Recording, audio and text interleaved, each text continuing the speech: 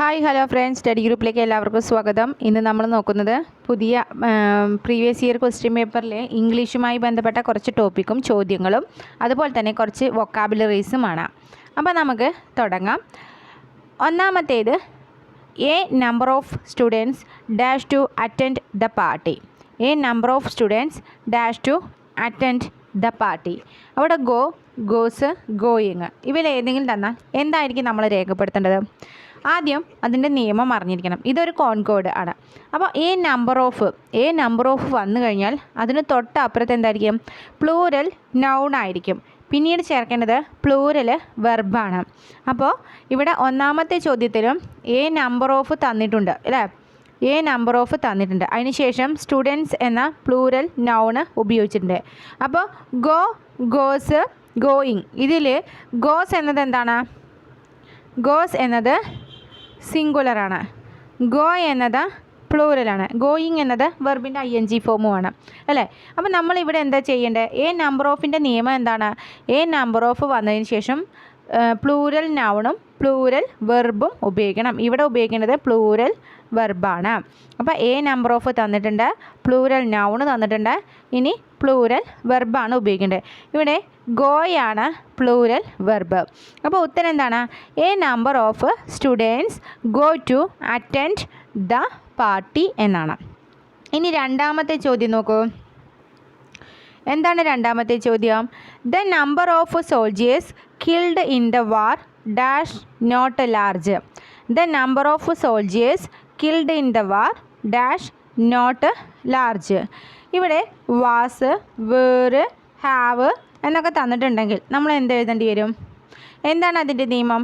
The number ഓഫിന് ശേഷവും plural നൗണും singular വെർബുമാണ് ഉപയോഗിക്കേണ്ടത്.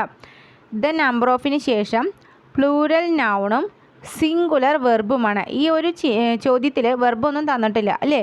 അപ്പോൾ നമ്മൾ ഉപയോഗിക്കുന്നത് സിംഗുലർ വെർബാണ്. ദ നമ്പർ ഓഫിന് ശേഷം വാസ്,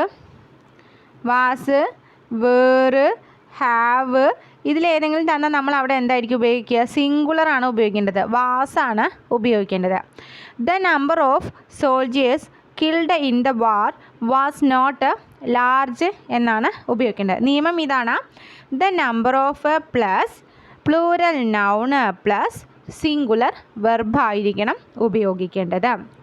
അടുത്തത് മൂന്നാമത്തെ ചോദ്യം നോക്കൂ. One of my cousins dash in Italy. One of my cousins in dash Italy. അവിടെ വരേണ്ടത് ഈസ്, വേറ്, ഹാവ് ഇതിലേതായിരിക്കും? അപ്പോൾ ആ നിയമം ഒന്ന് പറഞ്ഞുതരാം. എന്താണ്? വൺ ഓഫിന് ശേഷം പ്ലൂരൽ നൗണും സിംഗുലർ വെർബും ഉപയോഗിക്കുക. വൺ ഓഫിന് ശേഷം പ്ലൂരൽ നൗണ് സിംഗുലർ വെർബ് ഉപയോഗിക്കുക. ഇനി ഞാൻ ഓപ്ഷൻ ഒരിക്കൽ കൂടി പറയാം. ഈസ്, വേറ്, ഹാവ് ഇതിലേതായിരിക്കും ഉപയോഗിക്കുക? വൺ ഓഫിന് ശേഷം പ്ലൂരൽ നൗണായ കസിൻ ഇവിടെ തന്നിട്ടുണ്ട്. വൺ ഓഫിന് ശേഷം plural noun cousins.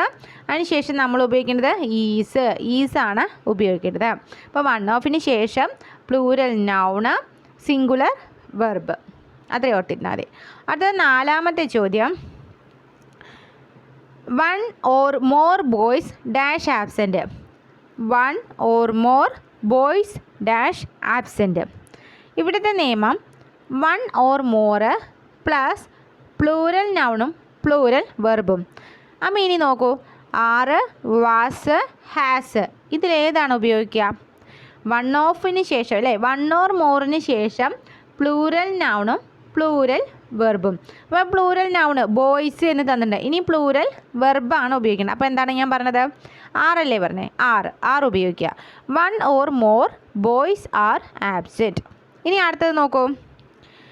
One or two boys dash good. ഇവിടെയും എന്താണ് നിയമം? One or two plus plural noun plural വെർബാണ് ഉപയോഗിക്കേണ്ടത്. അപ്പോൾ ഇവിടെ ഈസ്, ഹാസ്, ആറ് തന്നിട്ടുണ്ടെങ്കിൽ ഏത് ഉപയോഗിക്കും? ആറ് തന്നെ. വൺ ഓർ ടു തന്ന് പ്ലൂരൽ നൗണ് ബോയ്സ് എന്ന പ്ലൂരൽ നൗണ് തന്നിട്ടുണ്ട്. ഇനി പ്ലൂരൽ വെർബ് തന്നെയാണ്. എന്താണ് ഉപയോഗിക്കുക? Are good. One or two boys are good. ഇനി നമുക്ക് നോക്കാനുള്ളത് കുറച്ച് വൊക്കാബുലറിയിലെ സിംഗുലറും പ്ലൂരലും.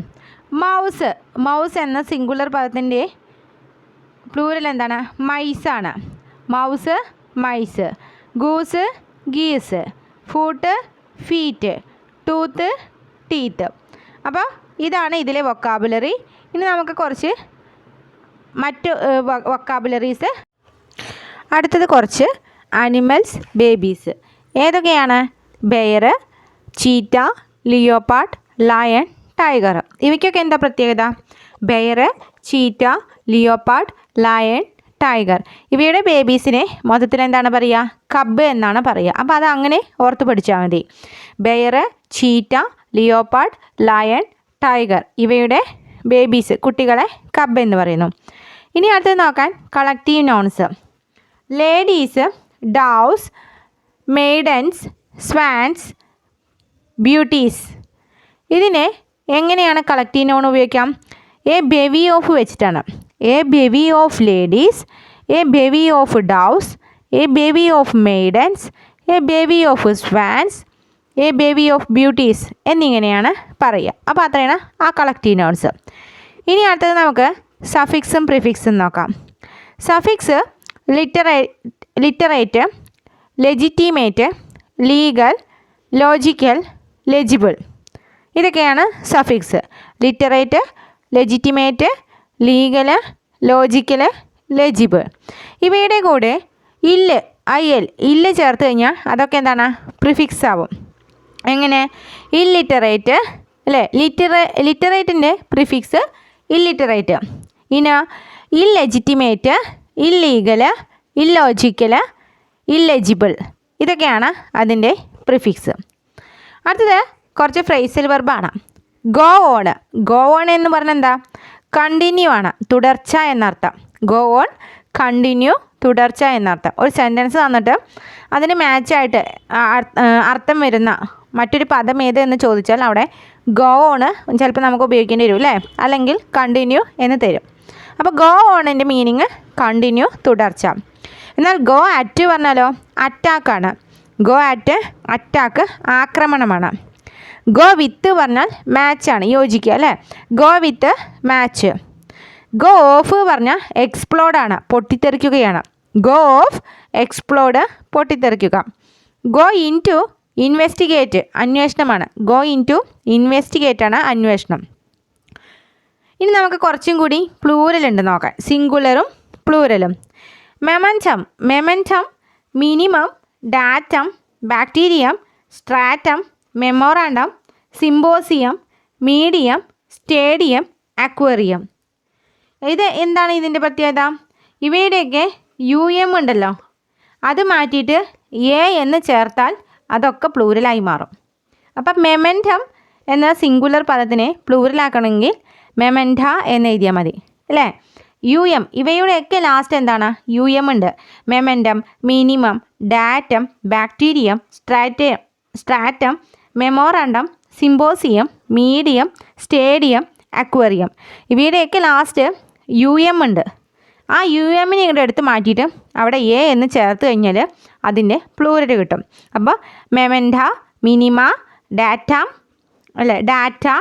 Bacteria, strata, memoranda, symposia, media, stadia, aquaria എന്നിങ്ങനെ പറഞ്ഞു കഴിഞ്ഞാൽ അതിൻ്റെ പ്ലൂരലുമായി.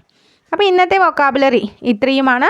ഉപകാരപ്പെട്ട ലൈക്ക് ചെയ്യാനും കമൻറ്റ് ചെയ്യാനും മറക്കരുത്. സബ്സ്ക്രൈബ് ചെയ്യാത്തവരാണെങ്കിൽ സബ്സ്ക്രൈബ് ചെയ്ത് കഴിഞ്ഞ് തൊട്ടടുത്തുള്ള ബെൽ ബട്ടൺ അമർത്തി ഓൾ എന്ന് ക്ലിക്ക് ചെയ്താൽ ഞാൻ അപ്പോൾ ഇടുന്ന വീഡിയോസ് നിങ്ങൾക്ക് കറക്റ്റായിട്ട് കാണാൻ സാധിക്കും.